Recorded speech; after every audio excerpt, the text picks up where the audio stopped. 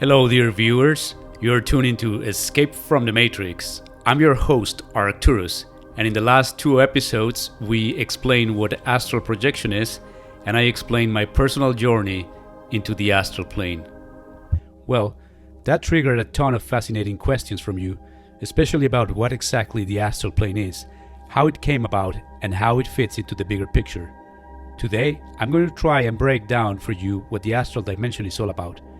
We'll chat a bit about dimensions, touch on the Big Bang, and how the universe was created, and even explore the idea of God, but from an esoteric perspective. Now, when I say esoteric, what I really mean is the kind of knowledge that involves exploring deep inside ourselves, understanding who we are, and genuinely changing from within. Well, according to these esoteric teachings, what we normally call God is actually known by many as Elohim, a Hebrew word that literally translates as gods and goddesses. And these gods and goddesses come from something we call the Absolute. Now, the Absolute is a pretty mind-blowing concept. It's basically an abstract space where nothing exists, no matter, no energy, no spirit, literally a space of non-existence. Everything that we call existence begins from a specific event, something the Hindus call the Mahanvantara, meaning the cosmic day. Imagine it like this. During this cosmic day, a single ray of light bursts out from the Absolute. This ray contains all of creation, every god, every human, every particle of matter, everything. This is what we call the ray of creation. So, as this ray leaves the Absolute, it creates the first dimension, which we call the seventh dimension actually. The further this ray travels away from its source, the Absolute, the more it spreads out, losing its original concentrated state. And as it spreads, gaps begin to appear between the particles of light. And those gaps, that's what we call darkness. But darkness isn't evil, it's simply the absence of that divine light, the absence of God. As the ray continues to travel further from its source, more dimensions emerge, each one denser, with more darkness and less concentrated divine energy. After the seventh dimension, the sixth dimension is formed. These two dimensions, the sixth and the seventh, are considered the true heavens. They are incredibly blissful realms without physical matter. Then comes the fifth dimension, and that's where things get interesting, because here, matter begins to exist. The fifth dimension has two levels, the mental plane or upper astral, and the astral plane or lower astral. You can think of the mental plane as Plato's world of ideas, the realm where every possible idea or concept exists in its purest form. The astral plane, the lower astral, is where these pure ideas take shape and are given specific forms and functions. It's like an infinite workshop, turning abstract ideas into something more tangible. Now, what's the purpose behind all of this?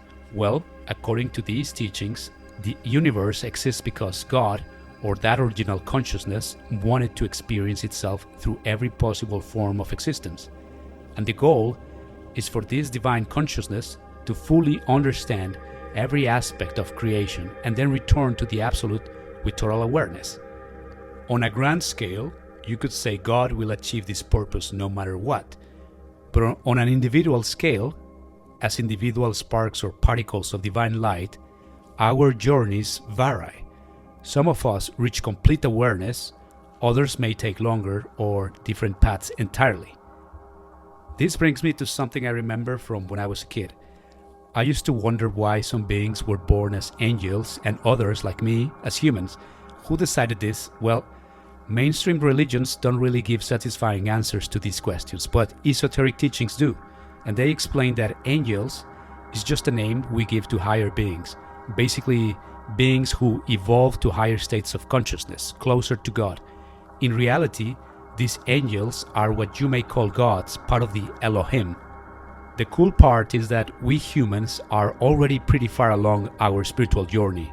We have already evolved through the mineral, vegetable, and animal kingdoms, and now here we are, in the human stage, ready to evolve further towards those higher divine states.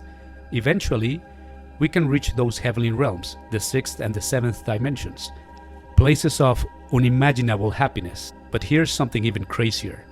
The highest level of evolution means returning all the way back to the Absolute, the place of non-existence, God's original home, so to speak. But to enter that place, you would need to reach a state of spiritual purity so intense that even the desire to exist could prevent you from entering. Imagine that, a state beyond even the happiest of heavens. A mystic once said that when the gods who lived in the Absolute heard creation was about to begin, they actually cried because they knew they would have to leave their blissful state of non-existence. Wild, isn't it? So what does all this mean practically for us? It means we have already lived in higher dimensions, and now we are here in the 3rd dimension, slowly working our way back up. Throughout this journey, we have developed various bodies suited to different dimensions, like the astral body. And when we sleep, part of our consciousness naturally shifts into the astral body. If you don't remember your dreams, you've got limited astral awareness. If you remember your dreams or have lucid dreams, you are tapping into greater astral awareness. And if you master astral projection, like I've been sharing, you gain even more consciousness in that plane. I actually know people who have awakened spiritually so deeply that they can shift their consciousness into the astral plane at will, without needing sleep or special techniques. They can even remain conscious in both worlds simultaneously. Crazy, right?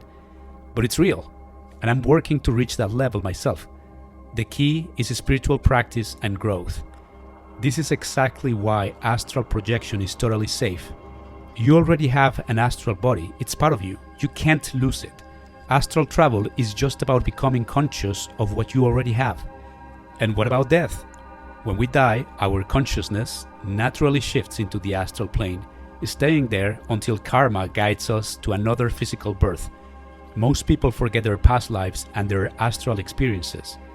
But someone who truly awakens, someone who becomes a master, remembers all past lives, remains conscious through the entire process, and can move awareness freely between dimensions. Alright, I know that's a lot, and it's pretty deep stuff, but hopefully it makes sense now. If you want to dive even deeper into this, I definitely recommend checking out my book Occult History Volume 1, available on Amazon. I'm Arcturus, and as always, thank you for listening to Escape from the Matrix. Catch you next time.